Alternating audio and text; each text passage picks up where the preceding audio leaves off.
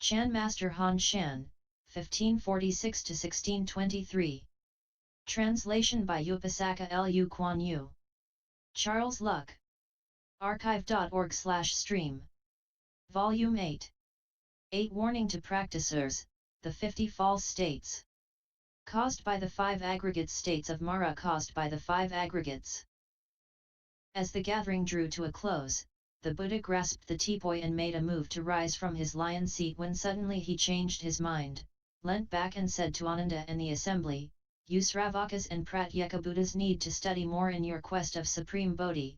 I have taught you the method of correct cultivation, but you still do not know the subtle states of Mara which appear when you practice samatha-vipasyana.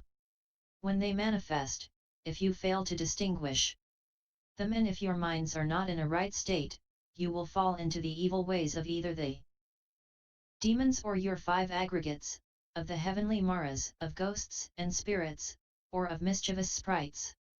If you are not clear about them, you will mistake thieves for your own sons. Further, you may regard some little progress as complete achievement, like the untutored Bhiksu, who when he reached the 4th dhyana heaven presumed that he had become a saint. After he had enjoyed his reward in heaven, all indications of his approaching fall appeared. As he vilified the arhats, he created the karma of future incarnation and then fell into the avici hell. You should listen carefully to what I now tell you in detail. Ananda rose from his seat and, with all those requiring further study, prostrated himself at the Buddha's feet and awaited his compassionate instruction. The Buddha said, "You should all know that the clear substance of the profound and bright basic Bodhi of all living beings of the 12 types of birth in Sarpsara is that of all Buddhas in the 10 directions. It is because you think wrongly that you are not clear about the noumenon and so become stupid and full of desires which lead to your complete delusion. Hence the relative voidness, and as you are always deluded, the world is falsely created. All countries countless as dust are in Sarpsara because of your obstinate wrong thinking. But you should know that relative voidness is created in your minds, like a small cloud that is but a speck in the great emptiness. How much more so is the world which is within this relative voidness. If you realize the real to return to the source, the void in the 10 directions will vanish. Why, then, will not all the countries in that voidness shake and crack? When you practice dhyana to preserve the state of samadhi, all bodhisattvas and all great arhats whose essence of mind is already penetrative, are unmoved, but the kings of the demons, ghosts, spirits, and lower heavens are shocked to see their palaces break open without cause and the great earth shake and crack. All those on earth and in the air take fright, whereas worldly men who are deluded do not feel anything. Because these demons, though they have acquired 5 supernatural powers, still fail to realize transcendental insight into the ending of the stream of transmigration, for they have not broken their links with Sarpsara. How can they let you destroy their dwellings? This is why they come to trouble and annoy you when you enter the state of samadhi. However, in spite of their rage, these demons are there in your profound state of bodhi and are like people trying in vain to blow out sunlight and to cut water with a sword, while you are like boiling water that melts solid ice. Though they rely on their supernatural powers, they are but externals and will only succeed in destroying you if you, who own the 5 aggregates in your minds, are deluded and let them do so. For these demons cannot harm you in your state of dhyana if you are awakened and are not deluded. If you wipe out the 5 aggregates, you will enter the state of brightness wherein all demons are but dark vapors. Since light destroys darkness, they will perish as soon as they approach you. How then dare they disturb the state of samadhi? On the other hand, if you fail to awaken and are thereby deluded by the 5 aggregates, then, Ananda, you will become a son of Mara and help the demons. As an illustration, Madaligai, who was so base, used magic to cause you to break one of the 80,000 minor rules of pure living, but since your mind was pure, you were not ruined. This shows the imminent loss of all your precious bodhi. You were almost like a chancellor of state whose possessions are suddenly confiscated so that he is in straitened circumstances without any hope of obtaining aid.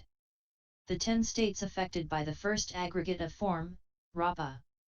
Ananda, when you sit in meditation, if your thoughts are wiped out, the state of your mind, now free from them, will be clear, and will not be changed by either stillness or disturbance. In this state, both remembrance and forgetfulness are one undivided whole. While in it and before realizing samadhi, you are like a man whose eyes are clear but who is still in the dark, for though your mind is clear, it does not yet shine. This is the aggregate of form that conditions your meditation. If your mind radiates, you will clearly perceive all the 10 directions of space. This disappearance of darkness is called the ending of real, and you will then leap over and beyond the turbid kalpa, the main cause of which is your wrong thinking. Ananda, in this profound and clear state of your penetrating mind, the 4 elements cease to hinder you, and after a little, your body will be free from all hindrance. This is your clear mind spreading to its objects, and shows the effectiveness of your meditation, the temporary achievement of which does not mean that you are a saint. If you do not regard it as such, it is an excellent progressive stage, but if you do, you will succumb to demons. Ananda, in this profound and clear state of your penetrating mind, you will be able to discern everything clearly in your body and will suddenly see lively tapeworms. This is your clear mind spreading in your body and shows its effective functioning, the temporary achievement of which does not mean that you are a saint. If you do not regard it as such, it is an excellent progressive stage, but if you do, you will succumb to demons.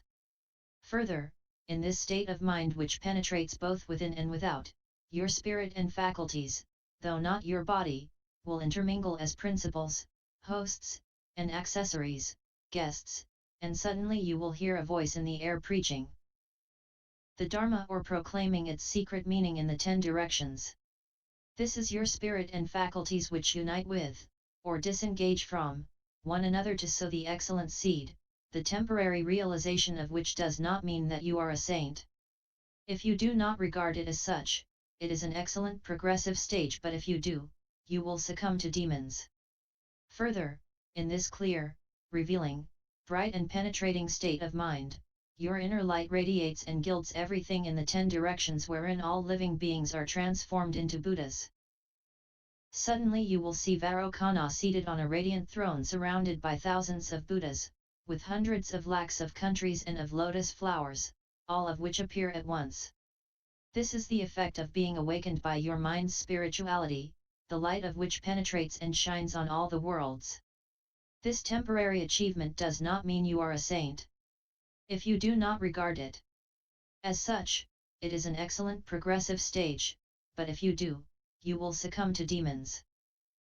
Further, if your penetrating mind, in its profound and clear state, continues to look within without pause, and so checks and stops completely all thinking, you will suddenly see space in the 10 directions change into the colors of the 7 or of 100 precious gems, which fill the whole space without hindering one another.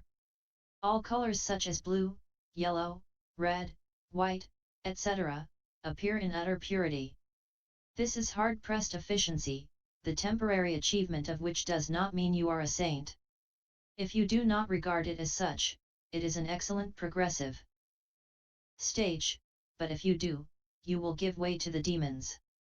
In this clear and penetrating state of your mind when it looks within, its light appears in all its purity, and at midnight you will suddenly see in your dark room all sorts of apparitions as clearly as in broad daylight, with all the other objects usually there. This is the mind, in its subtlety, refining its clear perception which enables you to see distinctly in the dark. This temporary achievement does not mean you are a saint. If you do not regard it as such, it is an excellent progressive stage, but if you do, you will give way to demons. As the mind merges with the void, suddenly your 4 limbs will be like grass and plants, and will feel nothing, even if burned by fire or cut by a knife. This immunity from injury results from the amalgamation of mind and externals and with the elimination of the 4 elements as it merges with the void. This temporary achievement does not mean you are a saint, and if you do not regard it as such, it is an excellent progressive stage, but if you do, you will give way to demons. As your mind becomes pure and clean, its uttermost purification causes you to see suddenly the great earth, mountains, and rivers in the 10 directions change into the Buddhas, pure, land adorned with all sorts of precious gems whose radiance is all-pervading. You will again see clearly Buddhas as countless as the Ganges sands with beautiful temple buildings filling the whole of space, with the hells underneath and Deva palaces above. This is the transformation of, usually, deep-rooted thoughts of like and dislike, but does not mean you are a saint. If you do not regard it as such, it is an excellent progressive stage, but if you do, you will give way to demons. As your mind penetrates deeper, you will suddenly see at midnight faraway marketplaces, streets, and lanes, as well as members of your family, your relatives, and clansmen, or hear them speak. This results from the hard-pressed mind which expands so that you see these things no matter how far away. This does not mean you are a saint, and if you do not regard it as such, it is an excellent progressive stage, but if you do, you will give way to demons. As a result of your mind's furthest penetration, you will see men of good counsel whose bodies change without reason in all kinds of ways. This is your perverse mind which is influenced by mischievous ghosts or heavenly demons, and which without reason, preaches the Dharma and comprehends its profound meaning. This does not mean you are a saint, and if you do not regard it as such, Mara's influence will vanish, but if you do, you will give way to demons. Ananda, these 10 states of dhyana come from the intermingling of the aggregate of form with the meditative mind. Deluded and wayward practicers do not know their own capabilities, cannot distinguish these states when they manifest, and wrongly declare that they are saints. By so doing, they break the prohibition against lying and so fall into the uninterrupted hell. After my nirvana, in the Dharma ending age, you should proclaim this teaching so that the heavenly demons cannot take advantage of such states, and practicers can be on their guard and realize the supreme Tao. The 10 states affected by the second aggregate of receptiveness, Vedana. Ananda, in the practice of samatha to realize samadhi, when the first aggregate of form ceases to hinder, one will see the minds of all Buddhas, like reflections in the bright mirror of the mind. One will feel as if one wins something but cannot yet make use of it. It is like a sleeper troubled with a nightmare who cannot move to repulse it. Although his 4 limbs are not bound and his consciousness is clear. This is the second aggregate of receptiveness which conditions one's meditation. If the nightmare vanishes, one's mind can leave one's body to look at one's face and will be free to stay or go without further hindrance. This is the second aggregate of Vedana coming to an end, and the practicer will then be able to leap over and beyond the kulpa of turbid views, the main cause of which is the seeming perspicacity of his wrong thinking. Ananda, when the practicer reaches this stage, he will find himself in a great mass of brightness. His mind will discern the sorry plight of living beings, and on being pressed harder, it will give rise to infinite sadness. He will even regard gadflies and mosquitoes as his own children on whom he takes pity, bursting unconsciously into tears. This results from his hard-pressed contemplation, and is harmless if he knows its cause. It is not the saintly state, and if he understands it, it will in time disappear. However, if he regards it as sainthood, he will succumb to the demon of sadness who will control his mind and cause him to be miserable and to lament when meeting others. He will lose the benefit from the dhyana so far achieved and will fall into the lower states. Ananda, in this state of dhyana, as the aggregate of form vanishes and receptiveness manifests, he makes more progress and may, because of overstrain, develop infinite boldness that sharpens his resolve and makes it equal to that of all Buddhas, so that he can leap over the 3 great eons, in a moment of thought. This comes from overstrained concentration, which will be harmless if he knows it, for what it is. It is not sainthood, and if it is well understood, it will in time vanish. But if he regards it as saintly, the demon of wildness will control his mind and will cause him to boast of his achievement when he meets others.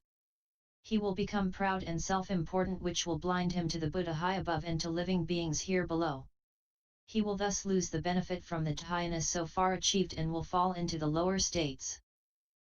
In this state of dhyana, as form vanishes and receptiveness manifests, if the practicer makes no headway but loses sight of his previous state when looking back, the power of his mind weakens.